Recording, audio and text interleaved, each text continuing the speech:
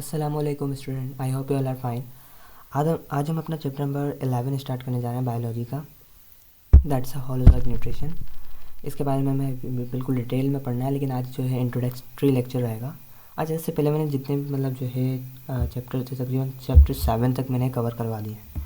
8, 9 और 10 ये 3 चैप्टर हमने अभी लीव किए हैं, मतलब स्किप किए हैं।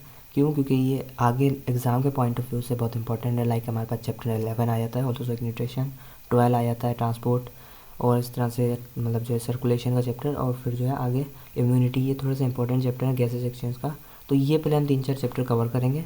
इसके बाद हम वापस अपने पोर्शन पाएंगे जो मतलब जो है क्लासिफिकेशन का चल रहा है, diversity among plant and animal complete करके फिर हम जो है आगे फॉर्म एंड फंक्शन पढ़ेंगे। तो अभी हम पढ़ने जा रहे हैं होलोजोइक न्यूट्रिशन। तो पहले तो वर्ड हम देख लेते हैं। हमारे पास आ रहा है nutrients. What is nutrients? Okay, हमारे जो लाइफ में हम मतलब जो भी फूड इनटेक करते हैं उसमें एक सब्सटेंस होता है। उस सब्सटेंस को हम क्या बोलते हैं? न्यूट्रिएंट। वो न्यूट्रिएंट हमें हेल्प करता है किस में? सर्वाइव करने में, ग्रो करने में, रिप्रोड्यूस करने में। मतलब न्यूट्रिएंट्स क्या है? ये जो हम फ्रूट्स, वेजिटेबल्स, मीट, ये जो सब ले रहे हैं in a form of lipid, carbohydrate, protein, mineral, vitamin, ये सब हमारी बॉडी में एज ए न्यूट्रिएंट्स काम करते हैं। और इसको इनटेक प्रोसेस जो कर मतलब लेने का जो प्रोसेस हमारी बॉडी में, और फिर इसकी जो मेटाबॉलिज्म हो गई, उसको हम न्यूट्रिशन बोलते हैं। Biochemical and physiological process which organism use as a food to support it life is nutrition. Okay, अब अगर यहाँ पे हमारे पास एक डिजीज़ भी आती है दैट्स कॉल्ड माल न्यूट्रिशन। मतलब डेफिशिएंसी हो जाए अमाउंट ऑफ न्यूट्रिएंट मोर, मतलब जो है जितनी सफिशिएंट है उसके विद रिस्पेक्ट टू दैट कम हो जाए तो उसे हम कहते हैं माल न्यूट्रिशन। ओके, अब न्यूट्रिएंट्स अब हमें देखना है न्यूट्रिशन जो होती है वो 2 टाइप की होती है। एक न्यूट्रिशन हम करते हैं एनिमल्स में, एक न्यूट्रिशन आ जाती है हमारे पास प्लांट्स में। प्लांट्स किस तरह की न्यूट्रिशन करते हैं? लाइक वो ऑटोट्रॉफिक हो जाती है। ऑटोट्रॉफिक मतलब या तो वो फोटोसिंथेटिक होगी, अब फोटोसिंथेटिक, या फिर वो कीमोसिंथेटिक होगी। कीमोसिंथेटिक भी हम बात करेंगे। अगर देखें 1 मिनट, यस, अगर हम फोटोसिंथेटिक की बात करें तो उसमें क्या होता है? फॉर एग्जांपल ये हमारे पास लीव है। आपको पता है भाई, अगर सनलाइट आएगी तो सनलाइट की प्रेजेंस में यहाँ पे एक रिएक्शन होता है। अगर आपने चैप्टर नंबर 4 पढ़ा है, दैट्स लाइट डिपेंडेंट रिएक्शन। इसमें हमारा इलेक्ट्रॉन एक्साइट होता है और हमारे को एक एनर्जी मिलती है। इसकी फॉर्म में NADH की फॉर्म में, और वो NADH की फॉर्म में जो एनर्जी मिलती है उसको हम कन्वर्ट कर लेते हैं in the form of glucose. Okay, यही करते हैं हम।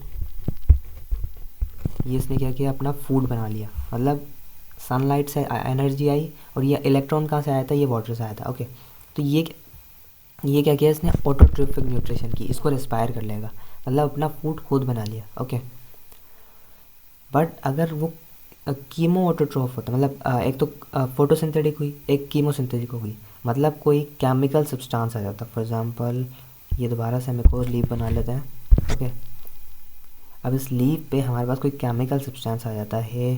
फॉर एग्जांपल अगर आ जाता है हमारे पास,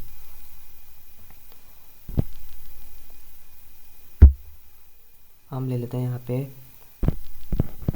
may be it nitrate, sulphate, और जो है हमारे पास हो सकता है फॉर एग्जांपल वाटर हो सकता है, कार्बन डाइऑक्साइड हो सकती है। इनको भी तोड़ के इनसे इनकी केमिकल एनर्जी लिया जाए तो उसको हम कीमोसिंथेटिक बोलते हैं। मतलब इसमें क्या करते हैं ये प्लांट्स जो है इनकी ऑक्सीडेशन से एनर्जी हासिल करते हैं। ओके, ये हम आगे भी हम पिछले चैप्टर में पढ़ के भी आ चुके हैं। ओके, इसको इतना ज़्यादा इस पर फोकस करने वाली चीज़ भी नहीं है। Chemosynthetic and photosynthetic, oxygenic and oxygenic, ये चीज़ हम पिछले चैप्टर में प्रोटिस्ट एंड फंगी के चैप्टर में पढ़ के आ चुके हैं, क्योंकि ये ज़्यादातर उनमें फाइंड की जाती है। ओके, बट प्लांट जो है वो ऑटोट्रॉफिक होते हैं और उसमें भी फोटोसिंथेटिक। ओके, अब हम आ जाते हैं आगे न्यूट्रिशन पे।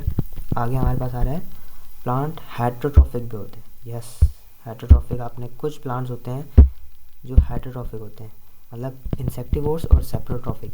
आपने शायद आई थिंक ऐसा कुछ प्लांट देखे होंगे, ब्राइट कलर से बना लेते हैं, जो इस तरह से कटोरा शेप होते हैं, अंदर उनके स्पिक्यूल्स लगे होते हैं, कांटे नुमा। ओके, जब इसके अंदर कोई भी इंसेक्ट आता है ये उसको कैप्चर कर लेते हैं और कैप्चर करके उसको डाइजेस्ट कर जाते हैं ताकि उसका अंदर जो प्रोटीन है वो इनको एज ए न्यूट्रिशन के तौर पे काम आए। ओके, सिम्बायोटिक भी होते हैं। सिम्बायोटिक किस तरह, फॉर एग्ज़ाम्पल हम देख सकते हैं सिम्बायोटिक, आपने अगर कुछ प्लांट्स देखे हों, ये हम लास्ट आई थिंक बैक्टीरिया वाले चैप्टर में हमने इस पर बात की थी अच्छी तरह। चलो इधर बना लेते हैं एक तरह से काला ओके, तो यहाँ पे हमारे पास आ जाता है कोई एक बैक्टीरिया, हम कह सकते हैं सिम्बायोटिक बैक्टीरिया कह लो आप इसे, या फिर ज़्यादातर ये लेग्यूमिनस प्लांट्स होते हैं ना उसमें ये पाया जाता है। ओके, लेग्यूमिनस प्लांट्स में ये बैक्टीरिया का काम क्या होता है, ये इसके साथ एक एसोसिएशन बना के रहता है भाई, इसको जो है नाइट्रोजन फिक्स कर करके देता है। जब ये इसको नाइट्रोजन फिक्स करके देता है, कुछ ऐसे प्लांट होते हैं लाइक लेग्यूमिनस जो दाल के हो गए, मतलब जिनको नाइट्रोजन की ज़रूरत पड़ती है, क्योंकि प्रोटीन अगर देखें दाल में प्रोटीन होता है, प्रोटीन नाइट्रोजन रिच होता है, तो नाइट्रोजन की इनको मतलब जो नीड होती है। तो ये बैक्टीरिया क्या करता है, इनको नाइट्रोजन एटमॉस्फेयर से कैप्चर करके इनको देता है। तो ये एक सिम्बायोटिक एसोसिएशन हो गई, मतलब एक फ्रेंडशिप हो गई, आपस में एक एसोसिएशन क्रिएट कर लिया। तो प्लांट इस तरह से न्यूट्रिशन करते हैं। ओके, अब आ जाते हैं एनिमल पे। एनिमल या तो कुछ ऐसे एनिमल्स होंगे जो पैरासाइटिक नेचर में होंगे, लाइक हमारी बॉडी में भी कुछ पैरासाइटिक नेचर के होते हैं। अब कुछ ऐसे होंगे जो एक्टोपैरासाइट हैं, जो हमारे बॉडी के बाहर है, मतलब एनवायरनमेंट में घूम रहे हैं, एक्टोपैरासाइट है। एक होंगे एंडोपैरासाइट, जो बॉडी के अंदर जाके मतलब होस्ट को तंग करके मतलब अपना फूड हासिल करते हैं। सही है।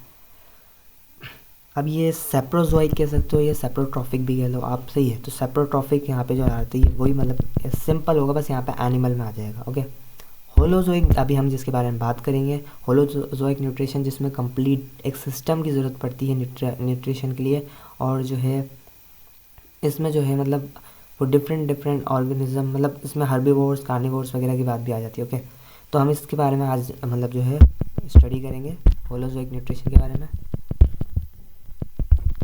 अब हम आगे चलते हैं। ओके, होलोजोइक न्यूट्रिशन ये क्या हुआ है,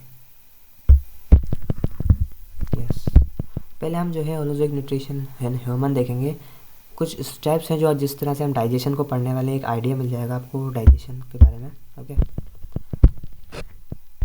पहले तो हम ये देख लेते हैं डाइजेशन क्या है। ओके, और डाइजेशन क्यों होता है बॉडी में। तो देखो, डाइजेशन एक ऐसा प्रोसेस है जिसमें हम कॉम्प्लेक्स मॉलिक्यूल, भाई आपने कोई जो है मतलब कॉम्प्लेक्स एनिमल, अगर कोई शेर जो है किसी एनिमल को खा लेता है, वो बहुत कॉम्प्लेक्स होता है, उसकी बॉडी में मतलब लेवर वगैरह बहुत सारी चीज़ें हो गई, डाइजेस्टिव सिस्टम हो गया, उसका मसल्स हो गए, पता नहीं कितनी सारी चीज़ों को मतलब वो जो है एज ए मतलब इनटेक करता है। तो अब उस कॉम्प्लेक्स चीज़ को इन अ सिंपलर फॉर्म में कन्वर्ट करना, that is a process of digestion. और ये कौन परफॉर्म करता है, as a digestive system perform करेगा। ओके, अब अगर हम देखें तो ये क्यों प्रोसीड होता है, ये तो ये इसलिए होता है ताकि हम सिंपलर फॉर्म में मतलब जो है मॉलिक्यूल का बना सकें। अब मॉलिक्यूल कैसे बनेंगे, फॉर एग्जांपल भाई कोई एक कार्बोहाइड्रेट है, सही है, मतलब बहुत कॉम्प्लेक्स है, पॉलीसेकेराइड है, स्टार्च है, सेलुलोज है, सही है, सेलुलोज तो नहीं हम हमारे डाइजेस्ट कर सकते हैं, फॉर एग्जांपल स्टार्च है। ओके, अब उसको आपको अपनी बॉडी में डाइजेस्ट करना है। डाइजेस्ट करने के लिए पहले उसको तोड़ा जाएगा। Okay, in simpler form of glucose में कन्वर्ट किया जाएगा ताकि हम इसको रेस्पिरेशन में जाके इससे एनर्जी हासिल कर सकें। You got my point. Okay, अब हम देखेंगे डाइजेशन किस तरह प्रोसेस होती है। या तो आप ये जो आपके पास ग्राफ आ रहा है एक तरह से, ये देख के भी कर सकते हो, या फिर ये स्टेप्स आपको बहुत अच्छी तरह से क्लियर करेंगे। सबसे पहले ऑर्गेनिज्म क्या करता है, इसको इंजेक्शन करता है। इंजेक्शन में क्या होगा, वो फूड को माउथ में लेके जाएगा, उसको तीत के ज़रिए, और उसके जो माउथ में जितने भी एंजाइम हो गए, अमाइलेज हो गए, टाइलिन हो गया, और टाइलिन अमाइलेज एक ही बात है। ओके, और बहुत सारे लाइजोजाइम हो गए, उसके ज़रिए सलाइवा में मैकेनिकल और केमिकल डाइजेशन करेगा। ओके, ये मैकेनिकल और केमिकल डाइजेशन मतलब माउथ से स्टार्ट हो जाती है। अब ये क्या है, ईसोफेगस से मतलब जो है आपके स्टमक तक जाएगा। तो ये जब स्टमक तक जाता है तो एक मोटिलिटी दिखती है, मतलब जो है ईसोफेगस में एक आपको जो है हलचल दिखेगी, मतलब उसमें उसके मसल्स कॉन्ट्रैक्ट रिलैक्स होते हुए दिखेंगे। तो ये फूड ट्रांसफ़र होगा, और ईसोफेगस से मतलब एक बहुत ही शॉर्ट टाइम के लिए होता है। आपने देखा होगा फूड को जब हम खाते हैं बहुत ही कम टाइम के अंदर पेट में चला जाता है। ओके, तो मतलब जो है ईसोफेगस में इसका कोई ज़्यादा फूड का रोल नहीं है, सिर्फ ट्रांसफ़र का। ओके, फिर जब ये स्टमक में पहुंच जाता है, स्टमक में बहुत तरह के एंजाइम्स हो जाते हैं, बहुत तरह के जूस होते हैं, लाइक स्टमक में डाइजेस्टिव जूस होते हैं, लाइक अगर हमारे पास देखें तो गैस्ट्रिक जूस हो गया, और इंटेस्टाइन में आने के बाद इंटेस्टाइनल जूस हो जाएगा, पैनक्रियाटिक जूस हो जाएगा, लिवर से बाइल आ रहा होगा। ओके, तो ये सब फर्दर डाइजेशन होगी स्टमक में और इंटेस्टाइन में। और इंटेस्टाइन में जब मतलब स्टार्टिंग का इंटेस्टाइन देखेंगे ड्यूडेनम वाला, तो वहाँ पे भी डाइजेशन ही चल रही होती है। ओके, और सिक्रेशन चल रही होती है। डाइजेशन मतलब सिक्रेशन होगी और डाइजेशन होगी। बट जब हम पोस्ट कह सकते हैं, पोस्ट इंटेस्टाइन कह सकते हैं, या फिर इलियम कह लो। अगर आपको नाम पता है, आप 9 में पढ़ के आए हो तो आपको पता होगा ड्यूडेनम, जिजुनम एंड इलियम। इलियम वाले रीजन में जो है ज़्यादातर एब्जॉर्प्शन होता है, इसलिए यहाँ पे लिखा हुआ है in small intestine complete digestion, मतलब स्टमक में डाइजेशन स्टार्ट हुआ है। डाइजेशन वैसे इनिशिएट तो सलाइवा से ही हो गया था, बट अगर देखें तो एक्चुअली प्रोटीन डाइजेशन तो स्टमक में हुआ है। और जो है मतलब माउथ में क्या हुआ होगा, माउथ में जो है स्टार्च, ग्लूकोज, कार्बोहाइड्रेट का डाइजेशन हुआ होगा। फिर स्टमक में कार्बोहाइड्रेट का डाइजेशन रुक जाता है, फिर जो है प्रोटीन का डाइजेशन होता है, और फिर इंटेस्टाइन में आके कंप्लीट डाइजेशन हो जाता है। फिर उसके बाद एब्जॉर्प्शन स्टार्ट हो जाता है स्मॉल इंटेस्टाइन से, फिर लार्ज इंटेस्टाइन में भी जो है एब्जॉर्प्शन चल रहा होता है। जब वो एब्जॉर्प्शन हो जाएगा, उस एब्जॉर्प्शन के बाद जो है मतलब जो है हमारे गट का रोल तो कंप्लीट हो गया। गट का सिर्फ आखिरी रोल बचा है जो है इजेक्शन, मतलब उसको जो है एक्सेल कर देगा, मतलब उसको बॉडी से एनाउल वो जो है एक्सेल आउट कर देगा। बट एक प्रोसेस जो हमारे गट का नहीं होता लेकिन हमारे ब्लड का होता है, दैट्स एसिमिलेशन। जो फूड आया है, एब्जॉर्ब फूड, उसको एसिमिलेशन मतलब एसिमिलेट करना, ये बहुत इंपॉर्टेंट प्रोसेस होता है। ओके, अब ये पार्ट ऑफ डाइजेस्टिव सिस्टम है, ये आई थिंक आपको देख लेना चाहिए। अभी हम इसके बारे में अच्छी तरह से पढ़ेंगे। ये तो एक तरह से ऊपर ऊपर ही बात की गई है भाई। टंग पे हमें बात करनी है, टीथ पे बात करनी है, और जो है जो मतलब ऊपर की तरफ जो पैलेट होते हैं उस पर, मतलब जो पूरा फेरेंजियल रीजन के बारे में बात करनी है। मतलब इस पे ही मतलब एक पूरी आप देखेंगे तकरीबन 10-20 मिनट का लेक्चर जो है आपके अपर डाइजेस्टिव सिस्टम पे बन जाएगा। फिर उसके बाद जब लोअर पे आएंगे तो बहुत ज़्यादा कॉम्प्लेक्स है, मतलब सैलिवरी ग्लैंड तो ऊपर की साइड आ गया, फिर ईसोफेगस आ गया। ईसोफेगस की बात होगी। स्टमक जो है थोड़ा सा कॉम्प्लेक्स है, इसमें एंजाइम आ जाता है, गैस्ट्रिन इसका बहुत मतलब हार्मोन है, गैस्ट्रिन इसका बहुत इंपॉर्टेंट रोल है, पैनक्रियाज का इंपॉर्टेंट रोल, और इंटेस्टाइन जो है मतलब अपने आप में इसमें पूरी एक कहानी है। मतलब जो है इंटेस्टाइन भी आपकी बुक में बहुत अच्छी तरह दिया हुआ है। लिवर एंड गॉल ब्लैडर के बारे में भी हम पढ़ेंगे। ओके, तो यहाँ पे बहुत सारे जो है हमारे पास ग्लैंड्स आएंगे, उनके हार्मोन्स आएंगे। तो डाइजेस्टिव सिस्टम में सिर्फ जो है आप ये मत समझना कि सिर्फ एंजाइम का रोल होता है, यहाँ पे हार्मोन्स भी होते हैं और जो है बहुत तरह के ग्लैंड्स भी होते हैं, तो उनका भी हमें बारे में पढ़ना होता है। ओके, नाउ अब हम देख लेते हैं type of digestion. There are 2 type of digestion, mechanical digestion and chemical digestion. जैसे मैंने बताया माउथ में मैकेनिकल भी हो रही थी, केमिकल भी हो रही थी। मैकेनिकल में आप सिर्फ फूड को तोड़ोगे, उसको जो है मतलब उसके पार्टिकल उसको छोटे फॉर्म में कर दोगे, लेकिन वो उसमें बॉन्ड नहीं टूटेगा। ओके, केमिकली जो तोड़ना होता है ना, वो एंजाइम के ज़रिए होता है। सही है, तो ये जो है माउथ से लेके स्टमक तक होता है। ओके, और ये माउथ से लेके इंटेस्टाइन तक होता है केमिकल डाइजेशन, क्योंकि इस इंटेस्टाइन के मसल्स कभी भी मैकेनिकल डाइजेशन नहीं करेंगे, वो केमिकल डाइजेशन करेंगे। चर्निंग सिर्फ जो है आपके स्टमक में होगी। और सबसे ज़्यादा मेजर पार्ट जो होता है वो मैकेनिकल, वो माउथ होता है, क्योंकि हमारे पास टीथ होते हैं, हार्ड होते हैं और फूड को बहुत अच्छी तरह च्यू कर पाते हैं। इसलिए सबसे इंपॉर्टेंट होता है मैकेनिकल डाइजेशन का। मतलब मैकेनिकल डाइजेशन जो है सबसे ज़्यादा इंपॉर्टेंट माउथ में होता है। अगर आपने माउथ में मैकेनिकल डाइजेशन अच्छी नहीं की तो स्टमक में भी केमिकल डाइजेशन इतनी अच्छी नहीं होगी। ये टीथ के ज़रिए होगा या एंजाइम के ज़रिए होगा। इधर लार्ज पार्टिकल को मैकेनिकली तोड़ा जाएगा छोटे पार्टिकल में, बट यहाँ पे केमिकली बॉन्ड तोड़ेंगे और उसका मॉलिक्यूलर वेट कम करेंगे।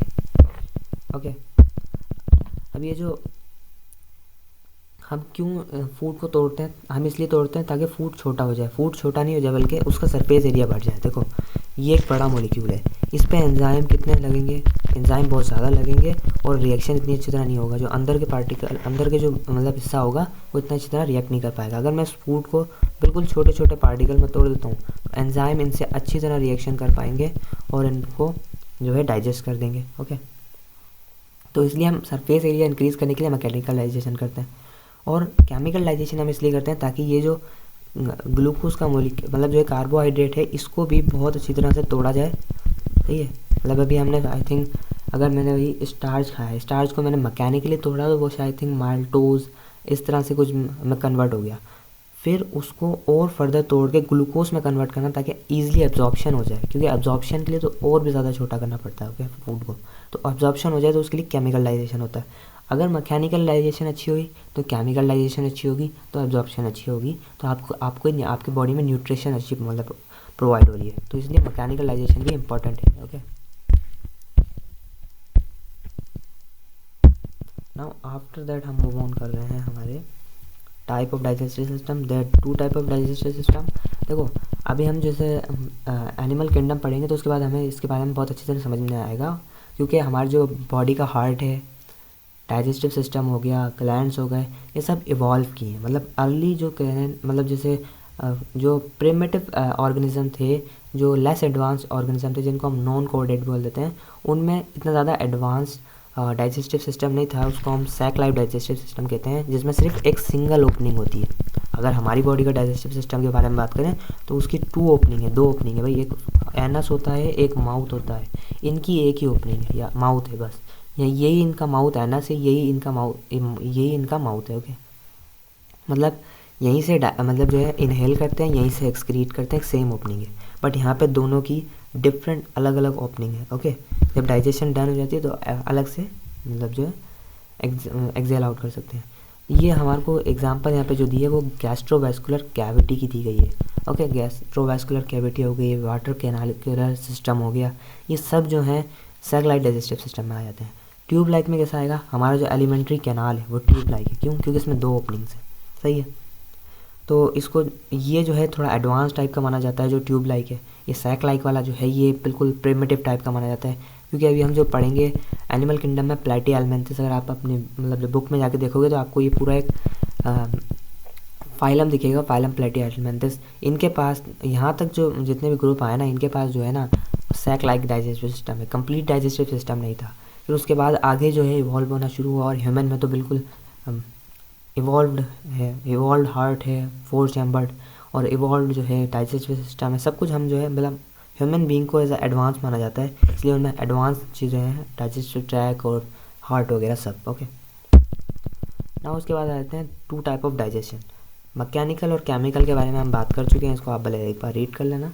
बट यहाँ पे आ जाते हैं intra cellular digestion and extra cellular.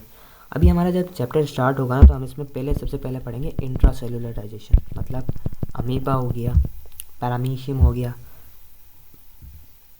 इनमें जो डाइजेशन होगी ना या यूग्लिना, इनमें जो डाइजेशन होगी वो इंट्रा सेलुलर होगी। मतलब ये नहीं, इनमें जो होगी वो एक्स्ट्रा सेलुलर होगी। हमारी बॉडी में जो होती है वो इंट्रा सेलुलर होगी ओके।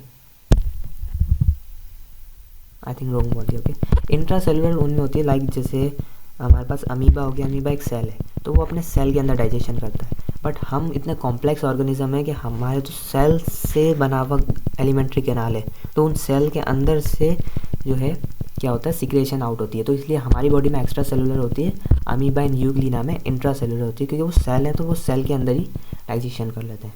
तो ये इंट्रा सेलुलर डाइजेशन ऐसी डाइजेशन है जिसमें बिल्कुल स्मॉल कंपोनेंट में मतलब जो है होती है। अगर भाई अमीबा है तो अमीबा से कोई छोटी चीज़ होगी, कोई छोटा ऑर्गेनिज्म होगा जिसको ये मतलब आसानी से खा सकेगा, तो इसमें इंजेक्शन होगी या फैगोसाइटोटिक कह सकते हैं, मतलब उसे फैगोसाइट कर जाएगा, खा जाएगा ओके।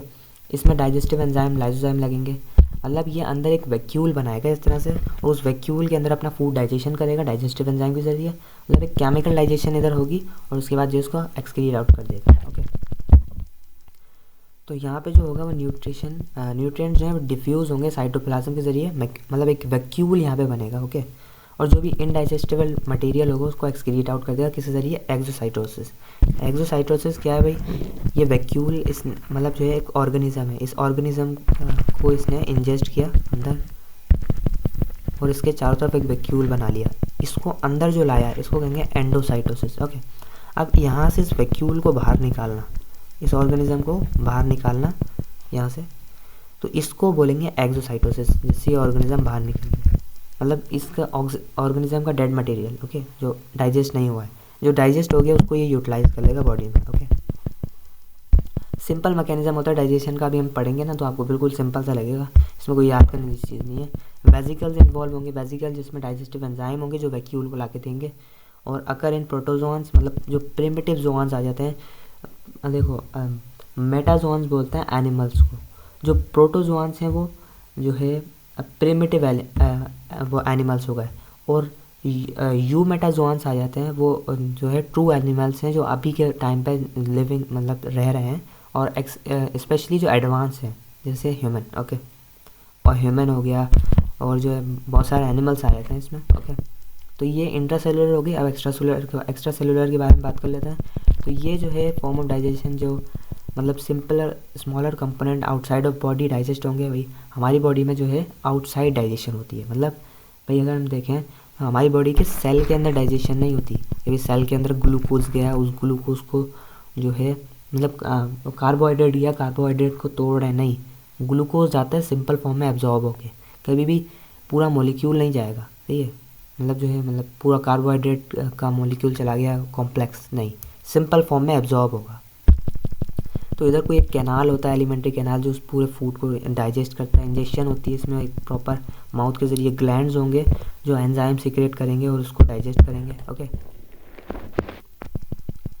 इधर बहुत मैकेनिकल और केमिकल डाइजेशन होगी, वहाँ पे सिर्फ केमिकल हो रही थी, मतलब जो है चर्निंग होती है, हम जो माउथ से जो है ग्राइंड करते हैं, तो ये सारी चीज़ें होगी।